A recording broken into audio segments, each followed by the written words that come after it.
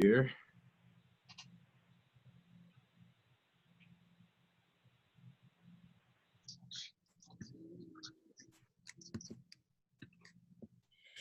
All righty.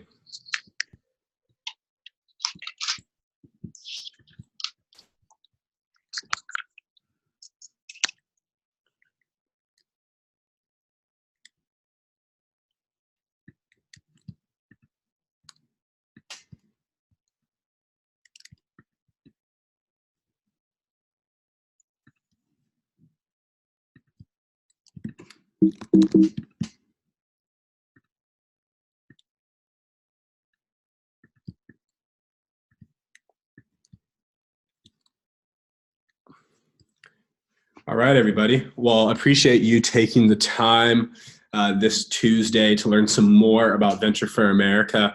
The title of this webinar is called Leveraging Your Identity in Entrepreneurship in Tech. My name is Jacob Robinson. I'm a 2014 VFA alum, and I now work on the talent team, the recruitment team at Venture for America, and appreciate y'all taking the time to learn some more about what we do. If you could mute your microphones on your computers and your phones, just so that we don't get any background noise. We will have some time for question and answer at the end. And so we've got about 59 minutes for this webinar, and looking forward to jumping in with y'all. So there are 3 objectives for today's webinar. The first is to share how VFA is helping our fellows become startup leaders and entrepreneurs. The second is to explain that there are, first, both general and identity-based barriers to you all starting a career in entrepreneurship and tech. However, secondly, I'd like to explain that VFA is working with our fellows to overcome these barriers. And working with is underlined there because we cannot overcome those barriers for our fellows. However, we can empower them and give them a community and the resources and the training to work hard to overcome those barriers, both general and identity-based. And then lastly, explain how you can leverage your identity in entrepreneurship and tech. And we're going to cut up identity a lot of different ways. Of course, there's race, ethnicity, gender, sexuality. But as you'll see in this presentation, there are many other types of identities and a lot of intersectionality that fellows, must, value and can leverage. And, there's barriers related to it when starting your career in entrepreneurship and tech. To tell you a little bit more about me, so I am from Columbus, Ohio. After high school, moved to North Carolina, attended Duke University, where I studied public policy.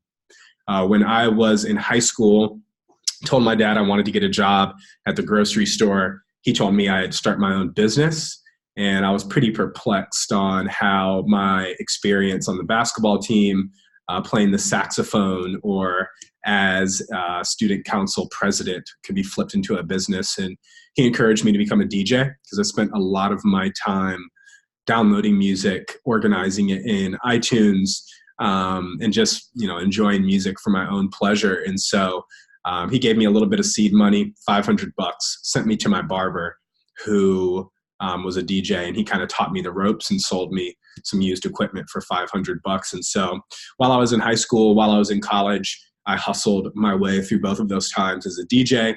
And as a senior, when thinking about the opportunities that I had post-grad, I was very interested in Venture for America because my DJ business was growing on campus. I had several DJs working on my behalf, and I had caught the entrepreneurial bug. And so Venture for America seemed like an amazing opportunity to learn what it was really like to build and scale a business and learn about startup leadership, as well as how I might start businesses of my own in the future. And so I spent my fellowship in New Orleans.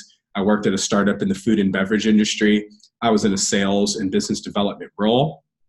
About 18 months into my fellowship, I transitioned from that startup to a second that was in the cell phone charging space. And all in all, after my fellowship, I knew 2 things. One, that I wanted to stay in New Orleans, and two, that I wanted to learn more about sales, especially from like a technical, scientific, data-driven point of view. And I was able to do that at that second startup in the cell phone charging space. And about 4 years after graduation, it was last spring, I wanted to be closer to home, and I joined the Venture for America team and moved back to Columbus, Ohio, which once again is my hometown. And so I am a VFA recruiter.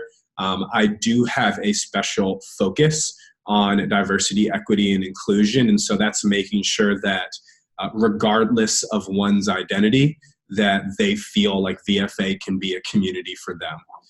So that's specifically focused on those who identify as women, Black, Latinx, as well as Native American and all racial and ethnic minorities. But we also focus on sexuality, socioeconomic status, and the list continues to go on. So that's a little bit about me. Let's jump right in. So we believe that America needs more entrepreneurs. And unfortunately, entrepreneurship is on the decline in the US. And a big reason why is because there are too many barriers to entrepreneurship and not enough incentives. And so here's an opportunity for you all to use the chat feature. I'm curious, what are barriers you face in starting a career in entrepreneurship? And for those who just joined, the chat feature is at the bottom of the webinar screen.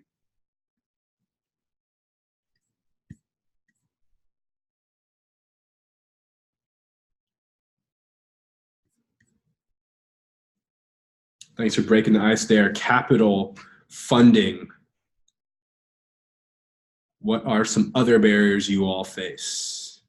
Money and time, instability, not having a good idea. These are all great answers. Student loans, that's big. And I'll transition to the next slide on that one.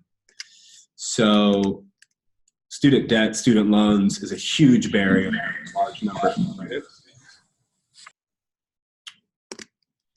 There's also a lack of training. How does one learn to be an entrepreneur? Also, we have a narrative in our society about entrepreneurship kind of being a straight path when it's likely less of a straight path and more of a roller coaster. And so despite those barriers, we at Venture for America envision a country where anyone who wants to be an entrepreneur can be one. And that is why our mission is to create an economic impact on American cities by helping the next generation of entrepreneurs, people like you, learn to become entrepreneurial leaders and start businesses. And so we have a 2-year entrepreneurship fellowship. It's for recent grads, meaning if you would like to apply to the class of 2020, you would need to have graduated between 2017 and 2020. If you graduated before 2017, send me an email and we'll chat about that. If you graduate after 2020, you would have to wait until next year. I hear a little bit of background noise, so if you could mute your phones and computers, that'd be great. And like I mentioned, we have 2 outcomes. One outcome is that you can become a startup leader. The other is that you would actually launch your own business. And so all VFA fellows are on the startup leader track, meaning we want you at the end of those 2 years to feel like you can step into a leadership role where you're managing your colleagues, where you are on track to become a manager, a director, a vice president, a C-level executive of your team or your unit. And of course, at any point in time, should you want to start a business of your own, we have resources to help you do so. And for anyone who is a founder, they are also a startup leader. And so our program speaks to both of those pathways. To give you a brief overview on the fellowship experience, you apply to VFA between August and January of your senior year, or as an alum, like I mentioned. There are 4 steps to our application, and we'll get into that a little bit later. In April of the following year, a job portal opens. That job portal is called Match, and Match is a job portal where there are 300 to 400 companies every year that want to hire VFA fellows. And this portal is exclusively for the class of incoming fellows. And we have sourced these companies across our 14 cities. And in this time period, you will pitch dozens of companies. And so, I pitched about 20 companies across 4 or 5 cities when I was a fellow. I see a question come in here, and I will answer it once we get through this fellowship experience. And so in July of that year, we have an all-expense paid training camp in Detroit, Michigan. There are sessions and workshops and challenges every day from about 9 o'clock to 6 o'clock. It's essentially your full-time job for that summer. And there are hard skill workshops, like getting an introduction to coding, an introduction to data analysis. And there are also more intermediate sessions if you already have those fundamental skills. There are also soft skill workshops, like how to manage up with your manager. And so that concept is your manager is going to manage you, but at VFA, we preach to our fellows that it's very important to manage up, meaning help your manager manage you.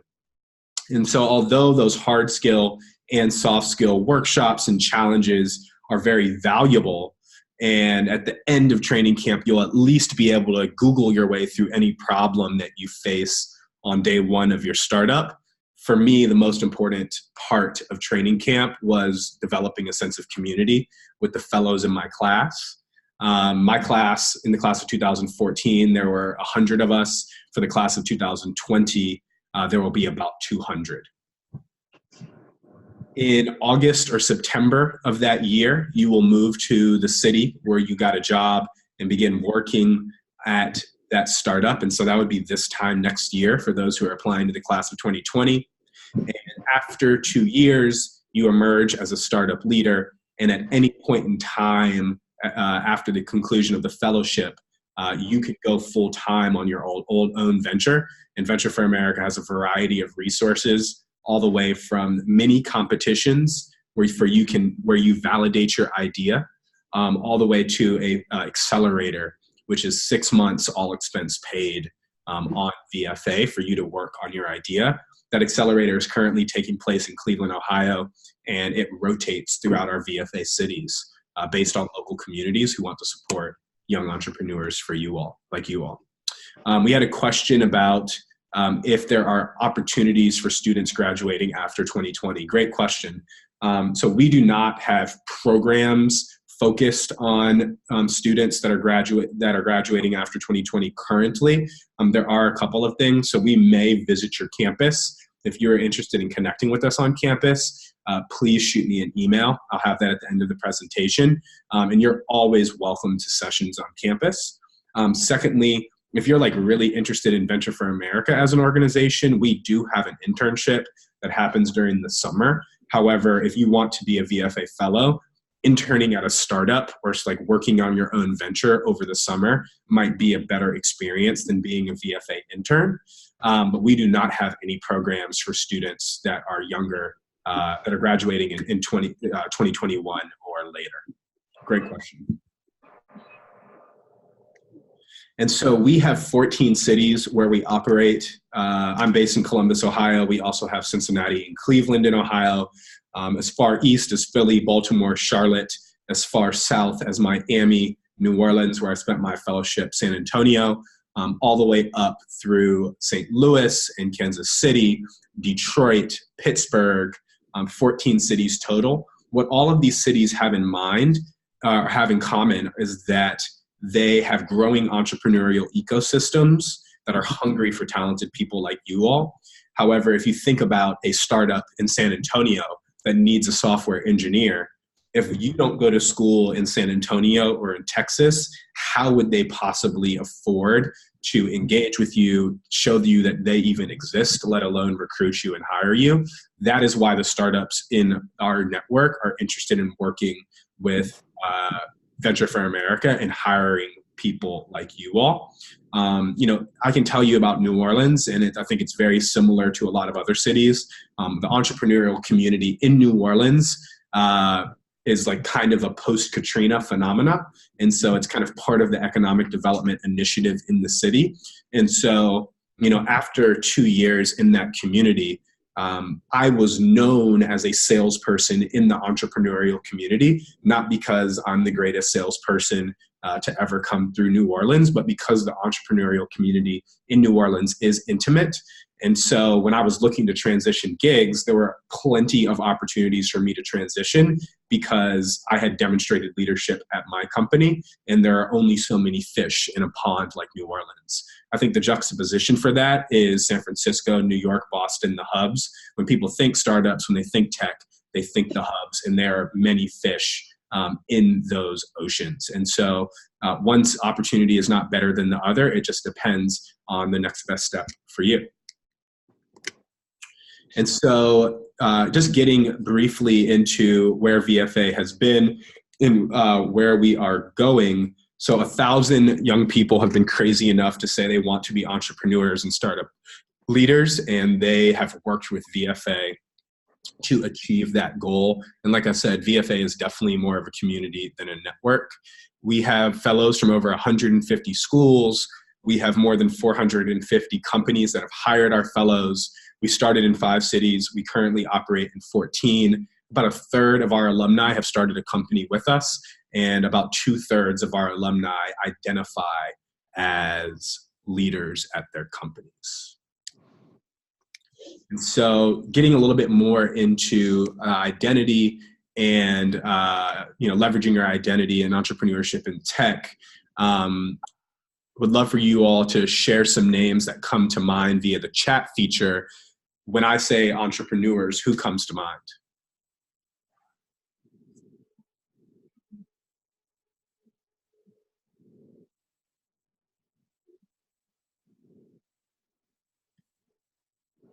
Got Elon Musk. Anybody else? Jeff Bezos. Appreciate you, Jason, for breaking the ice. Chris Sacca. Big fan of Chris Sacca. Ooh, bad girl Riri. I like that answer. I'm not familiar with Gary here. What's his background, Christine?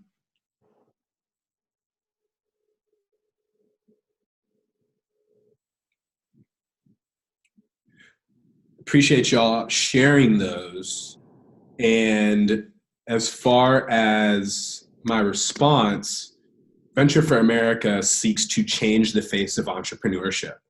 So a couple of the folks that y'all mentioned are on the screen here. We've got Jeff Bezos, founder of Amazon, to the left, Mark Zuckerberg in the middle, founder of Facebook, and Mark Cuban to the right, who is an internet entrepreneur and also owns the NBA team, the Dallas Mavericks. And so a couple of things in common about these individuals. For the most part, they went to highly selective schools. Thanks for that addition, Christine. For the most part, they went to highly selective schools, although Mark did drop out. They do identify as non-Hispanic white males. And so a quick disclaimer here, in no way is this a shot at any person in this conversation or in general who identifies as a non-Hispanic white male. The point is that in our society, when we think about entrepreneurship in tech, we think, number one, about men, and we think, number two, about white men. And so we hope that 10 to 20 years from now, when we say entrepreneur, it won't just be bad girl Riri Rihanna that comes up on the list, but that there will be people that identify as women, racial and ethnic minorities, as well as those in the LGBTQ plus community that come to our mind, and people that are outside of entertainment, sports, and music in particular. And so we believe that we have an opportunity, because we are helping young people at the very beginning of their career learn what it's like to be an entrepreneur. And so to dig into this a little bit further, when talking about startup leadership, I'm going to dig into an example surrounding race and ethnicity. And I know that there are other identities that we could dig into, but we have time for one. And so here is a breakdown of the racial and ethnic identity of the United States in 2018. So approximately 60% of the country identifies as non-Hispanic white. About 18% of the country identifies as Hispanic, 12% Black, and 5% Asian. Given those numbers, here is a graphic about the racial and ethnic diversity in Silicon Valley. And as you can see, the demographics of our country differ from the demographics of these tech companies. A couple of things to let you all know about this graphic. So Amazon and Apple, their numbers are inflated because they include their workers, employees at the Apple Store, as well as Amazon distribution centers. And so in actually thinking about who works at these companies outside of those store and distribution centers, those places are less diverse in terms of race and ethnic diversity. And all in all, I think a couple of groups that stick out here are those who identify as Black and or Hispanic, being fairly underrepresented across Silicon Valley. And my point here is, how can someone who identifies as a racial and ethnic minority become a leader at a startup when they are less likely to have people around them who identify like them, and are less likely to have people in leadership positions who identify like them? And so what we are doing about that is, it is our goal for our fellowship to resemble the racial and ethnic diversity of the country. And so in this graph here, you have races and ethnicities to the left. You have the US population, which I copy and pasted from the slide a couple ago. And then you have the class of 2019 and how they identified. There are some groups here where we are more diverse than the country, and there are some groups here where we are less diverse than the country. And so we acknowledge that we have a long way to go, but we would like to make sure that we do our part so that our program resembles the racial and ethnic diversity of our country. Appreciate that reaction there. Moving on to gender. And so gender here, I'm going to use when talking about barriers for founders. And so here is a graph of the total amount of money that venture capitalists invested in 2018. And so the dark blue line you'll see there are all male founding teams. The line that is a little bit less blue, a little bit lighter blue, is an organization that had at least one female founder. And the light blue, the smallest line that's almost non-visible for some of the years, is an all-female team. And so a stat that I wanted to share with you all, according to PitchBook and All Raise, is that last year, Juul raised $12.8 billion. And if you're unfamiliar, Juul is the electronic cigarette company that has taken the craze of nicotine across our country. And they received $12.8 billion in funding last year, whereas in total, the businesses founded by women, they received $2.88 billion in venture capital funding in 2018. So Juul received $10 billion more than all female-founded teams combined. The number of female-founded teams that are cited in this statistic is about 500, meaning that they received about 2% of the $130 billion invested by venture capitalists last year.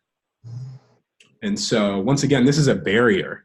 I would assume that if I identified as a woman, I would be discouraged by this statistic that cigarettes are getting more investment than a business that I could build. I would assume that if I was a woman, it would be tough to find a job where there was a venture-backed leader that identified as a woman, because I might look up to her if I identified as a woman. I would assume that it would be very discouraging to not be able to find mentors that work in this space that have been venture backed. So these are all barriers that for people that identify as women that are interested in entrepreneurship and tech, that they have to face and overcome if they want to achieve the same dreams that their male counterparts want to achieve.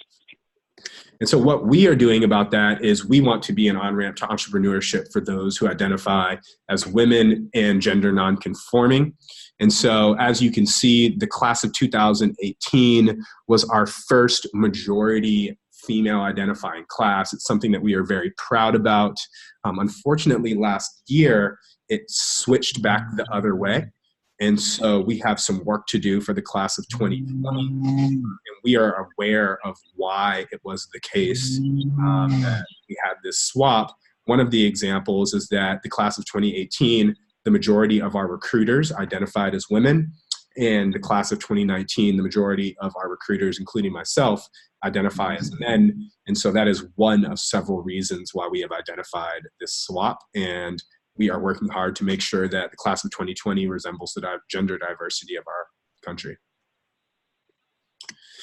And so I just shared a couple of barriers that people have to overcome based on their identity. And I want to remind you that we at Venture for America are working with our fellows to overcome these identity-based barriers in entrepreneurship and tech. And so here is a quick overview of how we are doing so.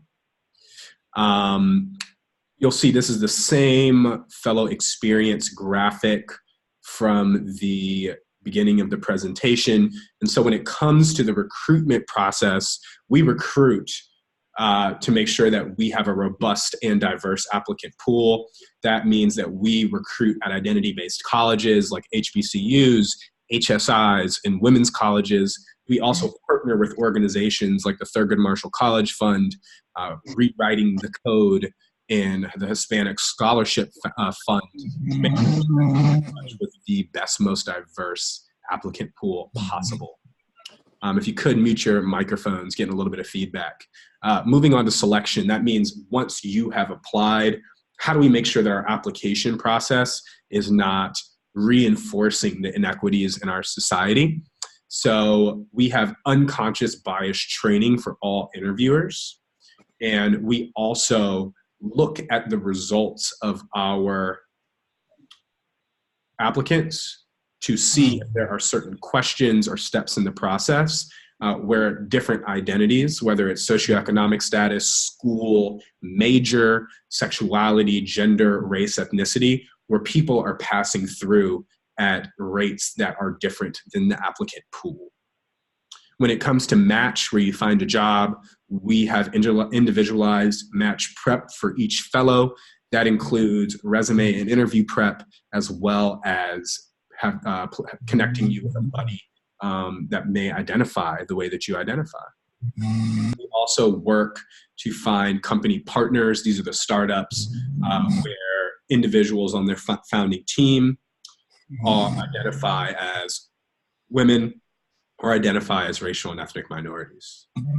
When it comes to training camp, there are opportunities to immerse yourself in the Detroit community. For example, there is a website challenge where you get together with other fellows and you actually build a website using software like Wix and Squarespace, and you build a website for businesses that are founded by women and racial and ethnic minorities in Detroit. And these are websites that they go on to use for their small businesses. We also have sessions where they're focused on sensitivity trainings. So how do I, as a person from Columbus, Ohio, that went to Duke in North Carolina, how do I move to New Orleans and be a citizen, to strive to be a leader, but not be an asshole about it? And so I think that there's a lot of narratives out there about millennials and others to cities and feeling like they have the answer or that they have the savior. And so those sensitivity trainings are equip you with the skills to move to a new city and be a citizen. Still getting a little bit of background there, so if you could mute yourself, that would be helpful. Just going to go through here and mute a couple of folks. Cool. So once you're a VFA fellow, we have RISE groups. There's a total of 7. These are identity-based fellow-led groups. A couple that I'd like to highlight: Venture Out is a group for fellows who identify as with the LGBTQ plus community. One of my favorite groups is VF Asians. I think that they crushed the title of their group.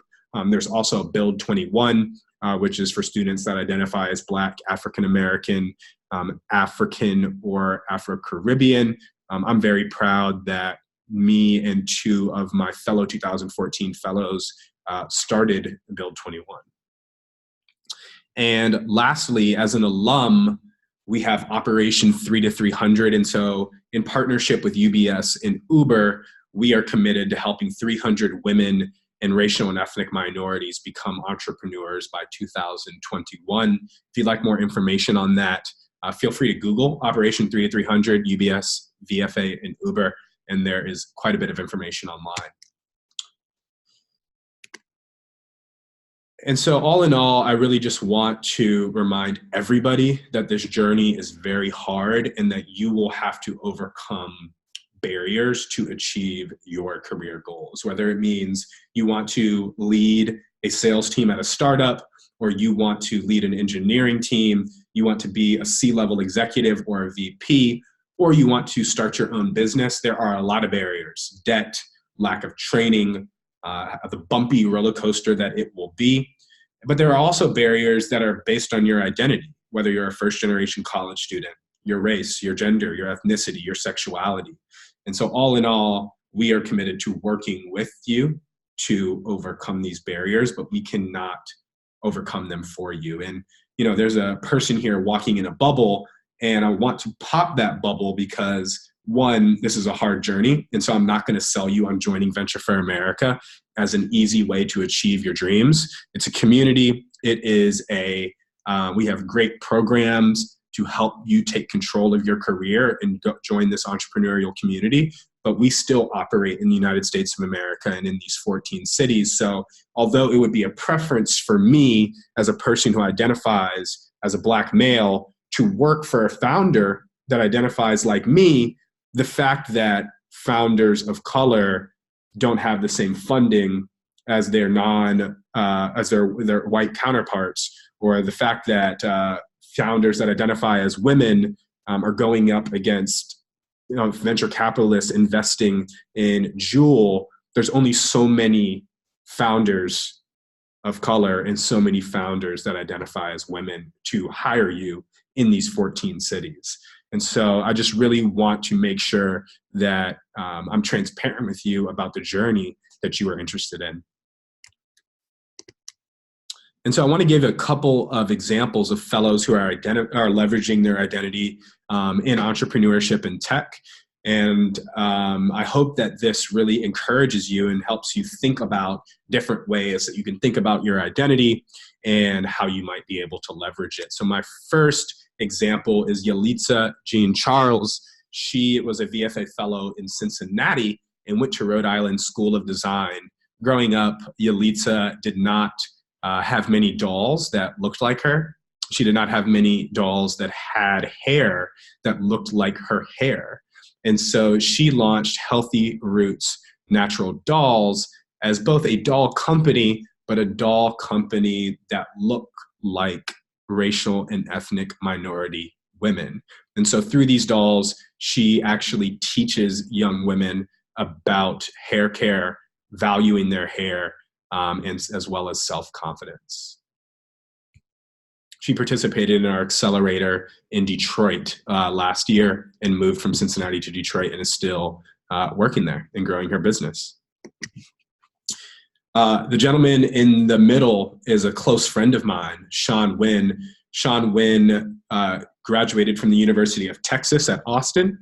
He actually went and worked in the finance industry, but was always interested in becoming an entrepreneur. So he joined Venture for America. He spent his fellowship in Baltimore at a cybersecurity company. He then, after his fellowship, he moved to San Antonio and worked for a co-working space.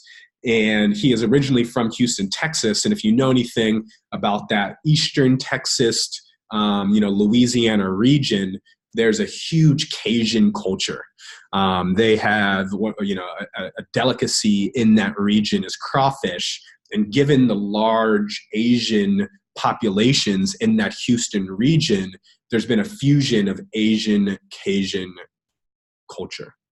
And so he and his buddy to the right, Andrew Ho, went to high school together in Houston, and they had always been very fond of food, and they had always had a dream of opening up their own restaurant. So after college, Andrew Ho went to Southeast Asia. He's not a VFA fellow, but he learned the restaurant industry in Southeast Asia, and then they both moved to San Antonio and launched Pinch Boil House, which is a Vietnamese crawfish kitchen.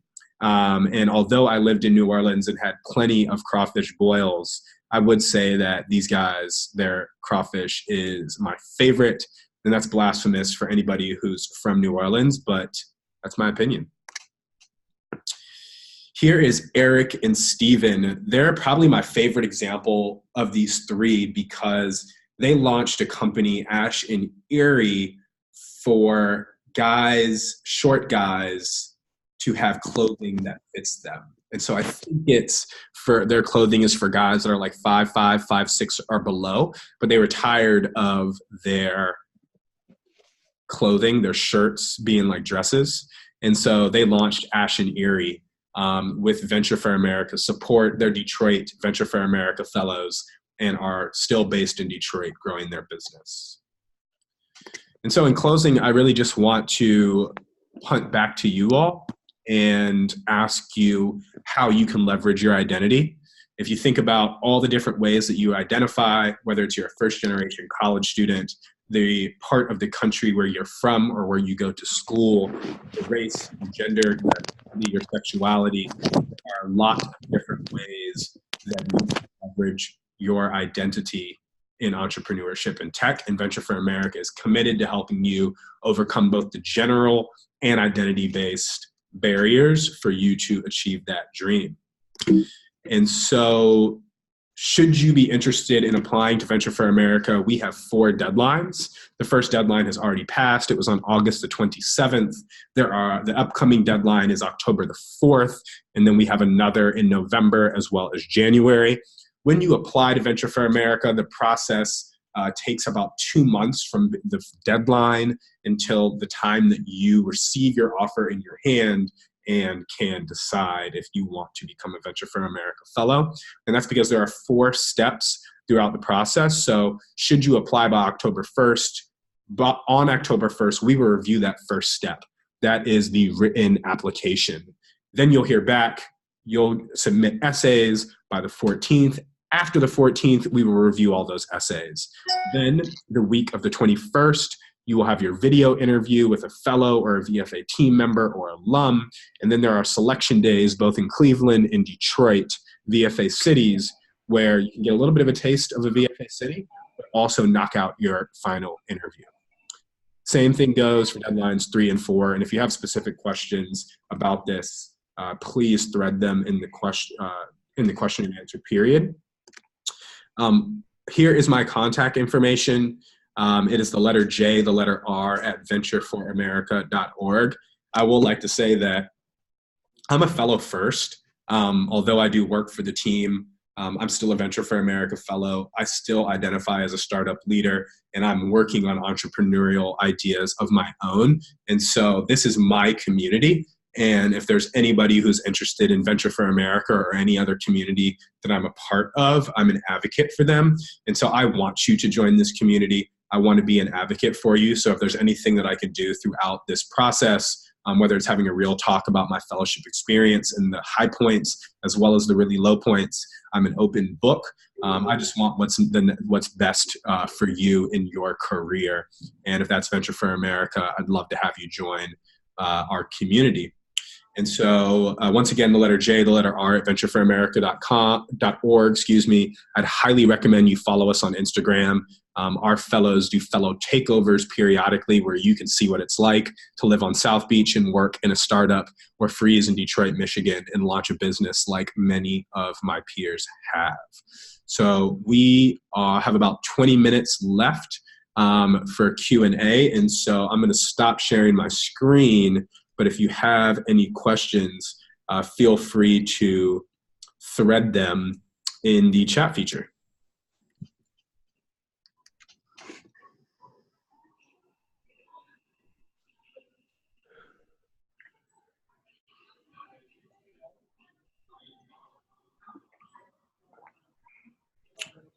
Any questions?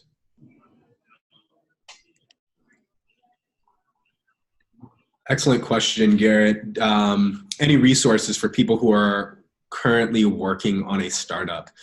So on our website, if you Google search Venture for America office hours, I'm also going to post that in the chat there. This is like our professional development blog, which is like everything startups. It's linked there. There's also a part of our website called Everything Startups, which is like everything that we believe about working at a startup. And so I'm going to look for that while I answer some of these other questions, but I'll post that other link there as well. Christina asked about what the VFA internship looks like. It's actually really cool. So you'll actually help execute Venture for America's training camp. So it's 5 to 7 weeks in Detroit, given that you'd be planning it. And you'll see what it's like behind the scenes to teach Startups 101, if you will. It's really cool because interns get to design their own project. And so I've seen, design interns work on collateral and decks and presentations for the VFA team to use. I've seen videographers put together recap videos. Whatever the skill you want to build upon or leverage during your internship is, there will be an opportunity for you to do that, especially in your final project.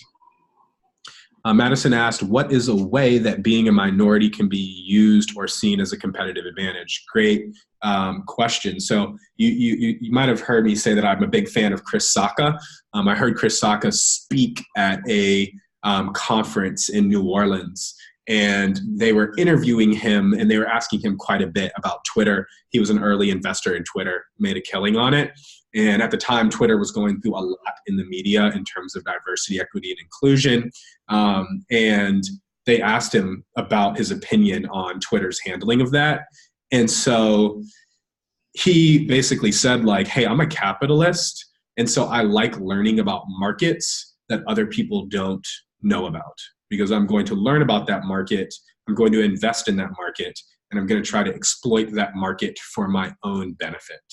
What does that mean if you identify as a minority? And this could be in terms of your sexuality, your race, your gender, your ethnicity. So Yalitza had an experience related to her identity. She didn't have any dolls that looked like her. Didn't have any dolls that had hair like she had. And so she knows way more about that market, which is dolls, women's hair, Black women's hair, the hair of women of color. She knows way more about those markets than I do. Like my hair's looked like this my whole life. And so if I was a capitalist and Yalitza was the type of entrepreneur that I'm interested in, her as a leader, forget her idea, with her as a leader, and then she has an idea that she understands the market and she has a solution, an idea, and there's a product and a market fit, then as a capitalist, it would be to my advantage to invest in that market. And so that's like what Chris Sacca was saying. And when I really started to follow him and read about him as a business leader, was he was like, I know that there's like a lot of good reasons why we want to care about diversity, equity, and inclusion. But at a minimum, if you are a capitalist, there is an opportunity to make a ton of money on markets that you either know a lot about because they're related to your identity, or markets that you don't know anything about, but you can invest in other people who know more about them. Now, the challenge with that is there are a lot of women out there that are starting businesses, some of them related to identity, some of them not. And then we see the challenges in venture capital that they're going up against. Nevertheless, that is your competitive advantage, Madison, to think about your identity, your experience, and solve a problem for people who identify like you, or perhaps for you to start off. Great question. If you have any follow-ups to that, feel free to thread them. I'm about to find this piece of content for Garrett, but we have about 14 minutes left. If you all have any questions, please thread them. And this document that I'm going to share is definitely helpful. Here's another one for you, Garrett, the Build Something toolkit. And I really want to find this link for everything startups. Why can I not find that? I'm going to keep them coming. And if I can't find it, I will include it in the follow-up to everybody tomorrow. Give me 1 second to Google it. I see another question came in.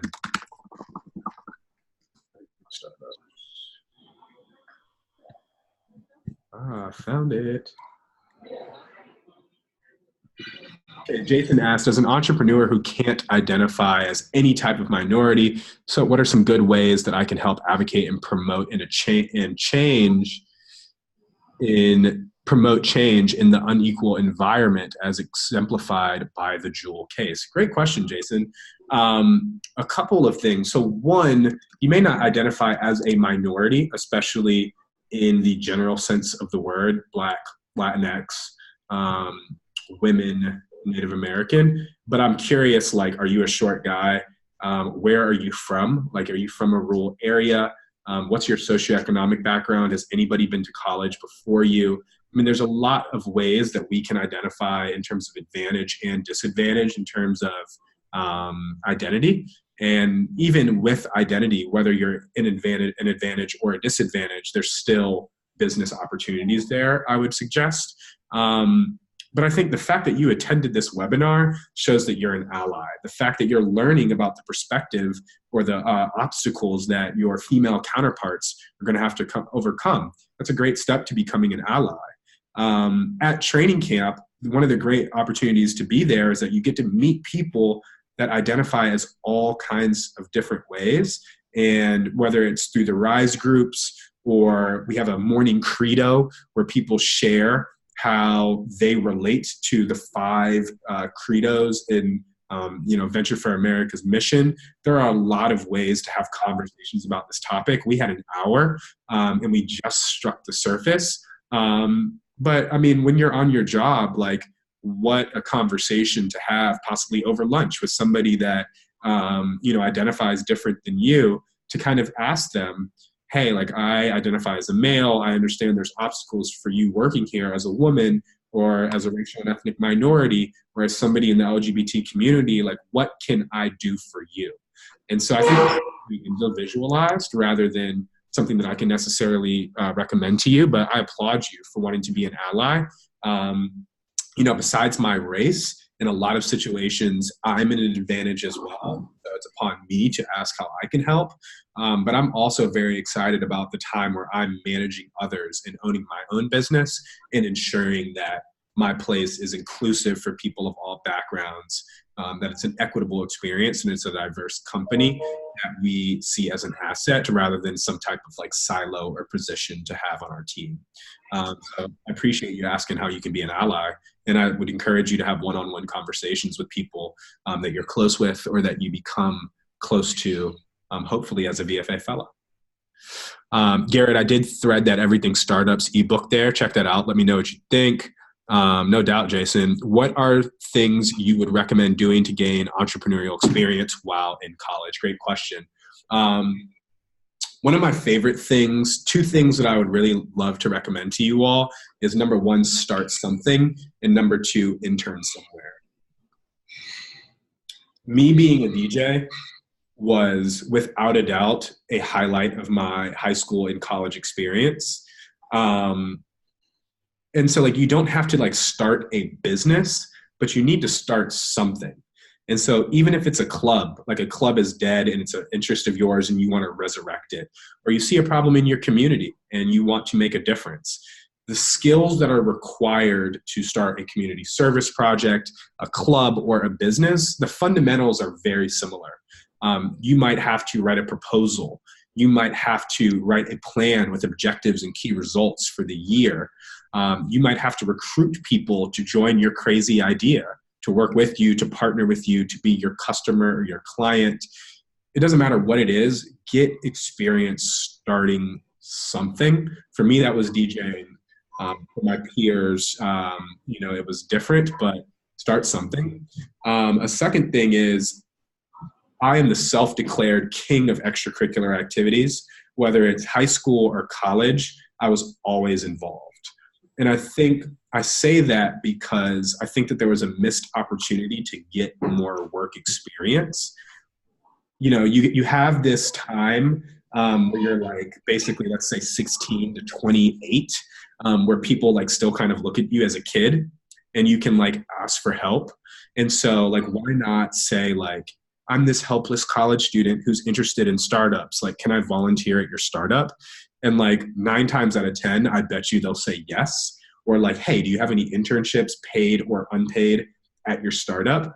I realize there's some finances that need to come in there and there's some opportunity cost and like you might have to work. But like, what if you go up there like 1 day a week? Or what if you volunteer rather than like going out on a Friday or a Saturday night? I mean, if you really think about it, like, of course you have your 3 summers between each of your college years, but you also have first semester and second semester to like dip away from campus, get into your community and like work for a small business or a startup.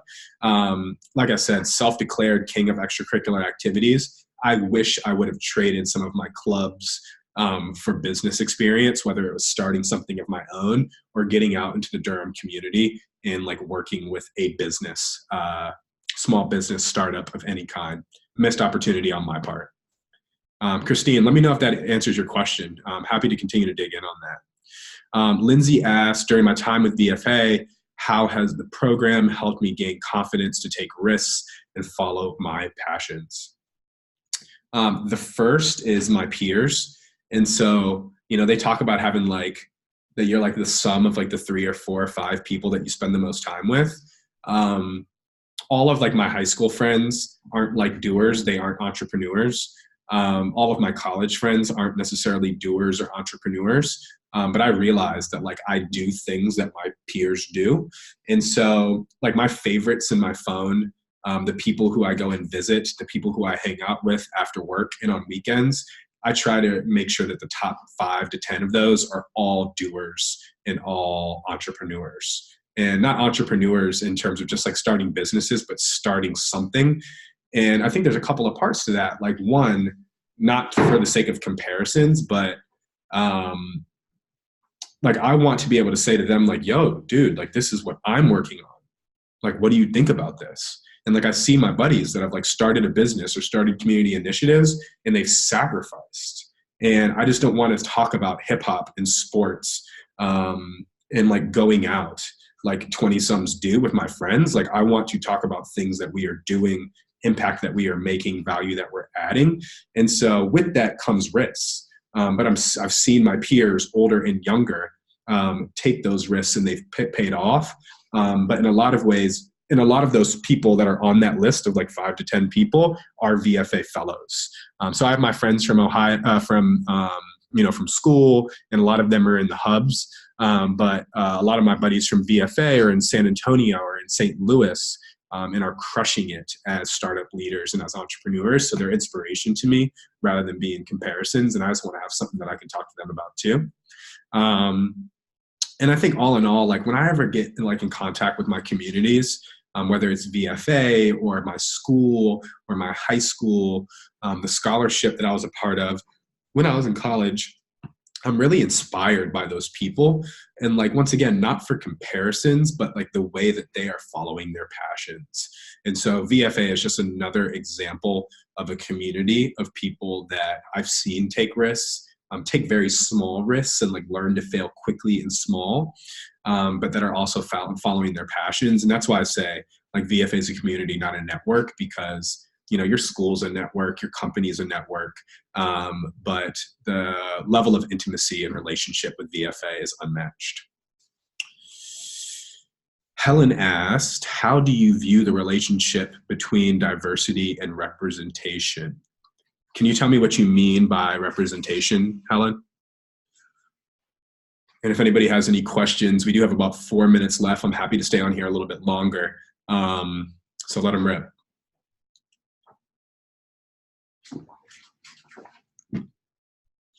Got it. So if I am following you, Helen, there was that slide that I had about racial and ethnic diversity of our country, and then the racial and ethnic diversity of Silicon Valley as an example. Is that along the lines that you're thinking?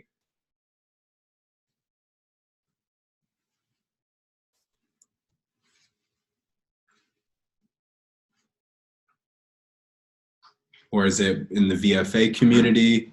What is it specifically that you're looking for me to talk about the relationship with diversity and representation? Representation in what community?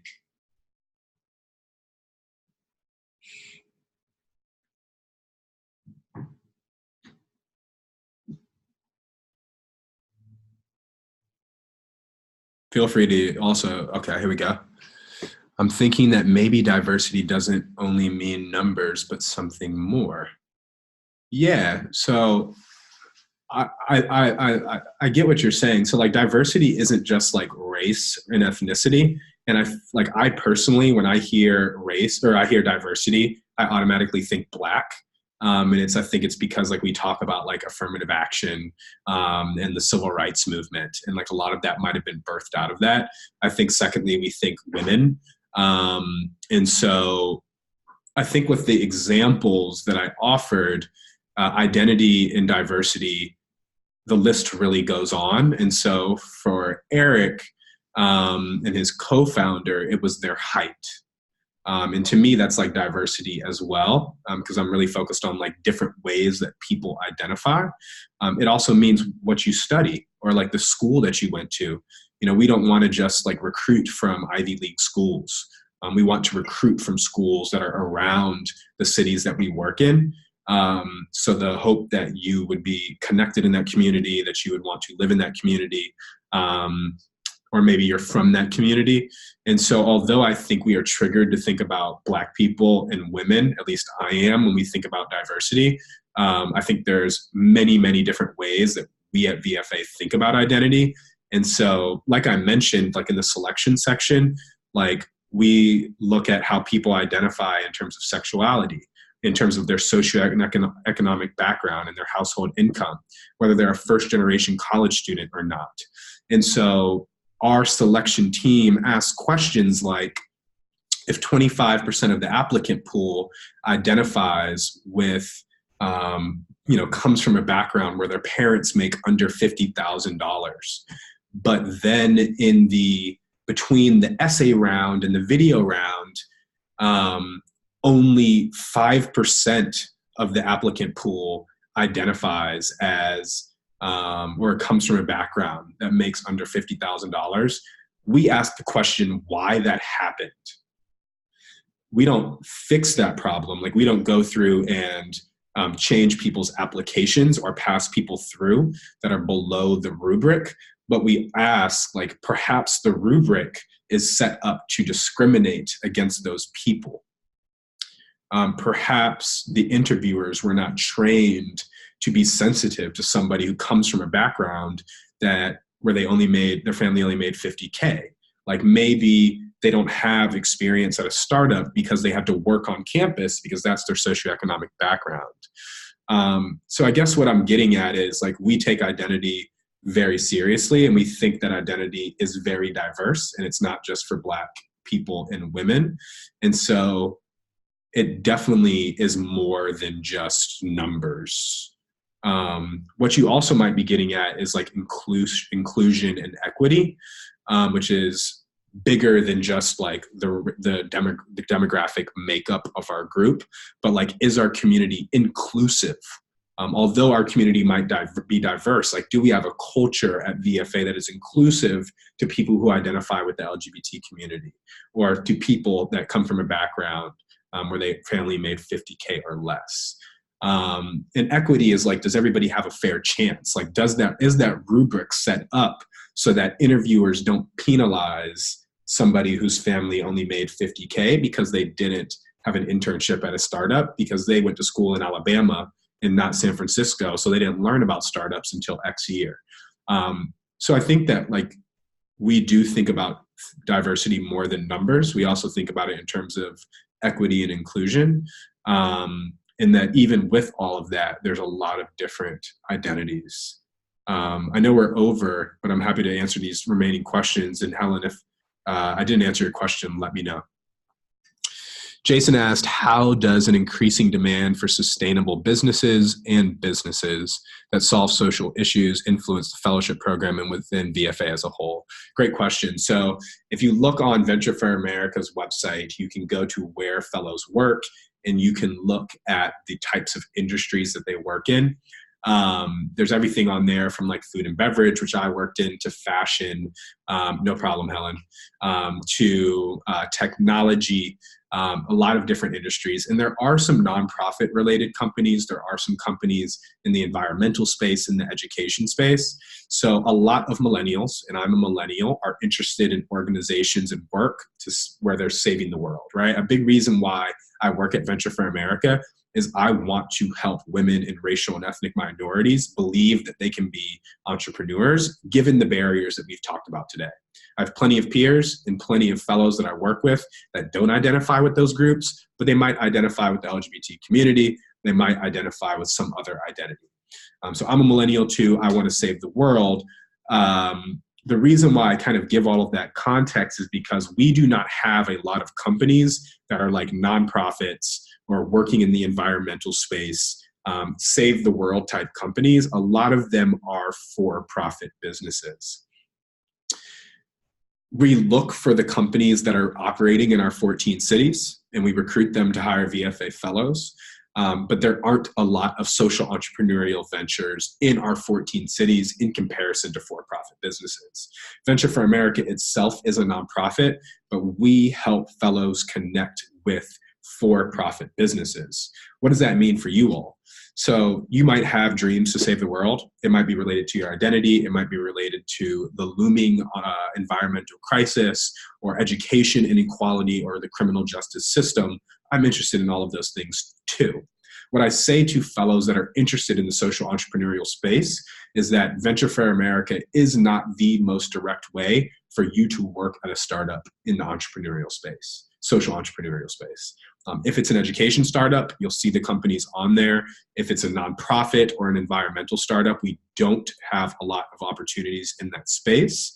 And so what I propose is that you go and you learn the skills to build a for-profit business. And then you take those skills, those lessons, those intuitions, and you apply it to a social issue that you care about. I think that this is very important for racial and ethnic minorities, as well as women and folks in the LGBT community to think about, because I feel like folks who identify with those categories often feel inclined to go and work to help people who identify like them. In my opinion, this is the Jacob Robinson opinion, not the VFA opinion, is that there's no better way to develop professionally, and to learn to build and grow something and achieve goals than a for-profit business. I think that startups and businesses have more resources and are more cutthroat than the government and then the nonprofit space, because there's a lot of waste in nonprofits and the government. And so when it comes to learning the fundamental skills, setting an objective with key results, chasing those key results down, because if not, your business goes under, or your investors pull out, or your clients go elsewhere. I think that those things are like very fundamental to businesses and can be applied to a lot of social issues. So, yeah, there's an increasing demand, Jason, for sustainable business and social issues. But we do not work with a majority of those companies because they don't exist necessarily in the cities that we're working. But if they're for profit and they're social entrepreneurial, they will be on our portal. I hope that answers your question, and let me know if you have any follow-ups. Cherry asks, is it a requirement to have a background or experience with a business in entrepreneurship to be a VFA fellow? Absolutely not. So this kind of gets into what I was saying about start something and then explain how the skills that you had, that you experienced starting something, are translatable to a startup. And so let's talk about some themes of a startup. Startups are small, they're lean, they're intimate working environments, they're rigorous, they take a lot of time, there's ups and downs. You have to raise money, you have to recruit clients, you have to recruit people to join your crazy idea. When starting a community initiative, or restarting a club, or doing research on a small team that's resource strapped, a lot of those things that I mentioned about a startup are applicable there. The same thing goes with, your work experience. Perhaps you never interned at a startup, but you worked on a small team at a business, or perhaps you have a creative background, or you have a quantitative background. Then when interviewing for VFA, it's most important to say, these are the experiences I've had, and these are how these experiences translate, number one, to me working at a startup. And so number two is also me creating value in the VFA community. And so take me, for example, like I had never sold a product in undergrad. Like all of my internships were like public policy related, journalism, education, microfinance. However, I had sold my DJ business.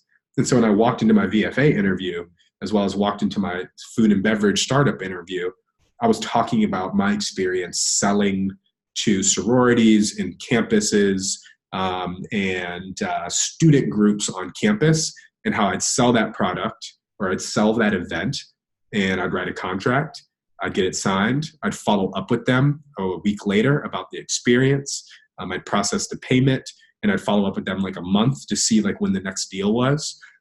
So like it's really about practicing how your experiences translate to skills that are valuable at a startup as well as in the VFA community. And a shameless plug, one of my colleagues is executing a webinar called How to Pitch Yourself to Startups. I believe it's next Thursday. Give me a sec, but I will make sure to send that in the follow-up that I send to you all tomorrow. I'm pulling that up right now, Sherry.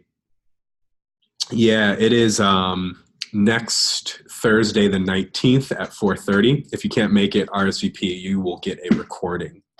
We're about 10 minutes over, and I appreciate y'all's time. Any last questions? And should anything pop up as you're working on your application or your interest with Venture for America, I know we have some folks here that are not eligible yet but are eager. Shoot me a message, jr@ventureforamerica.org. Jasmine, that's at 4:30 next Thursday. I'm going to include that in the follow-up to you. And you should definitely RSVP whether you can make it or not so you can get a recording. I'll also post the link right here because I got your back.